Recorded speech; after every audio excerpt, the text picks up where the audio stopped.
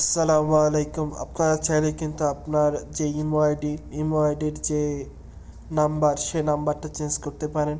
তো সেই নাম্বারটা চেঞ্জ করার জন্য কিভাবে করবেন সেটার জন্য আমরা সরাসরি চলে আসবো ইমোতে আসার পর এরপরে আপনারা এখান থেকে দেখতে পারবেন যে থ্রি বলে একটা অপশন আছে।